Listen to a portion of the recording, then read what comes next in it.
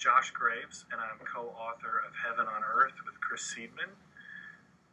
I've been asked a few times about this notion in the Beatitudes when Jesus says, "Blessed are the pure in heart, for they will see God." And the best example I know of this is one that many of us are familiar with. If you've read The Adventures of Huckleberry Finn, you know that Mark Twain is systematically or very intentionally challenging the tenets of racism and injustice that exists, especially in the American South, the Deep South.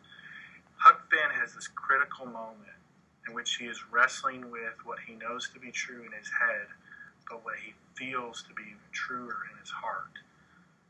He's wrestling with this dilemma around his friend Jim, who's his friend, but he's also a runaway slave. Jim's owner and preacher, the owner and the preacher in this story, systematically, intentionally, they quote scripture on why slavery is ordained by God and racism is justified. It's part of the Genesis narrative.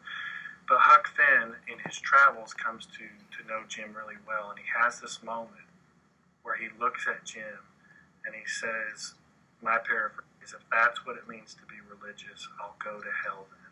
I may as well go whole hog," which is part of the idiom or expression we have in American parlance.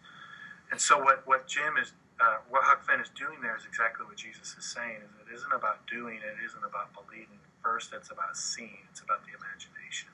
And that's exactly what Jesus is after in the whole of the Sermon on the Mount, but especially when he says, "Blessed are the pure in heart, for they will see God," because the longest distance in the world is the distance from the head to the heart.